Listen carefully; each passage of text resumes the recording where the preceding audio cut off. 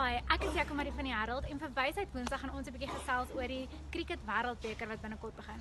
Ek is hier saam met Angelique van die kerk wat self cricket speel en sy's 'n cricketfanatikus. So sy gaan ons alles vertel wat ons wil weet. Welkom, vertel ons bietjie meer. Wel, ek is baie opgewonde oor die Cricket Wêreldbeker wat môre begin. Suid-Afrika speel die opening match teen Engeland. Hulle is tans die wêreld nommer 1 span, so dit gaan 'n regtig tawwe wedstryd wees en ek hoop regtig ons span het goed voorberei daarvoor. Vorige wêreldbekers het nie so goed vir ons afgeloop nie, want ons het nie die regte big match temperament gehad nie. So ons hoop hierdie jaar gaan dinge beter.